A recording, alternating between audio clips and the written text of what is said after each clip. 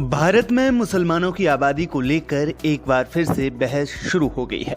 इसको लेकर AIMIM chief Asaduddin Owaisi और केंद्रीय मंत्री स्मृति ईरानी आमने सामने आ गए हैं। शुक्रवार को दोनों के बीच मुस्लिम आबादी के आंकड़े को लेकर ट्विटर पर बौर छिड़ गई। दरअसल इसकी शुरुआत ओवैसी के एक ट्वीट से हुई, जिसमें उन्होंने 2023 में मुस्लिम आबादी के आंकड़े को लेकर संघ पर निशाना साधा। अपने ट्वीट में ओवैसी ने एक ऐसी बात कही जो स्मृति ईरानी ने बतौर मंत्री बोली ही नहीं। इसी पर स्मृति ईरानी ने ओवैसी से अपनी बात चेक करने को कहा। दरअसल हुआ ये कि केंद्र सरकार ने संसद में TMC सांसद माला रॉय के एक सवाल के जवाब में मुस्लिम आबादी के आंकड़े रखे थे। इसमें स्मृति ईरानी के मंत्रालय की तरफ से बताया गया कि 2023 में देश में मुस्लिम आबादी 19.7 करोड़ रहने का अनुमान है। ये खबर अखबारों में छपी थी।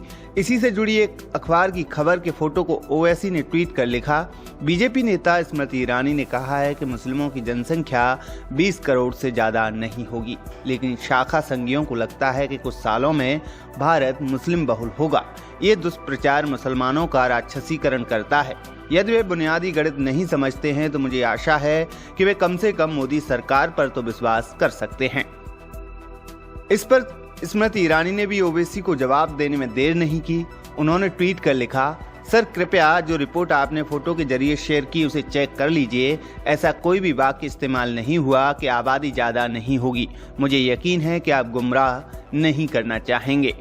स्मृति ईरानी की तरफ से ओवैसी पर पलटवार के बाद भी AIMIM सांसद अपनी बात से नहीं हटे। उन्होंने फिर से ट्वीट करते हुए कहा, आपके तत्काल जवाब के लिए धन्यवाद। आपकी रिपोर्ट कहती है कि 2023 में मुस्लिम आबादी 19.7 करोड़ रहेगी, जिसका अर्थ है कि ये 20 करोड़ से अधिक नहीं हुई है। गणित वही रहता है।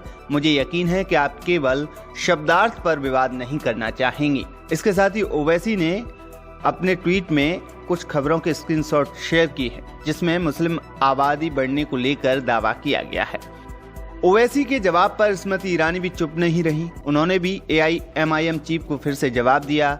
स्मृति ईरानी ने कहा, सर आपने मेरे हवाले से एक दावा किया है जो तथ्यात्मक नहीं है।